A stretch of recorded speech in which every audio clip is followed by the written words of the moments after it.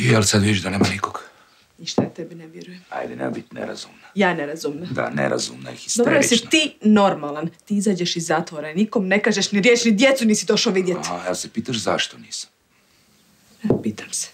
Pitam se zašto si postao takvo đubre. Zbog tvojih sranja, Renata. Zbog mojih sranja. Nemoj se pravit blesava, Renata. Dobro, si ti normalan? Pa ti tu radiš svinjariju, muljaš me, lažeš. Ja tebi po 100. put kažem, nisam ja taj koji mulja ovdje, nego ti. Znaš šta? Ništa ti ja ne vjerujem. A šta misliš? Šta skrivam patuljke tu u škrinjištu? Čije je ovo? Vrati to di si našla. Ti to mene vareš. Da, Renata. I šta sad?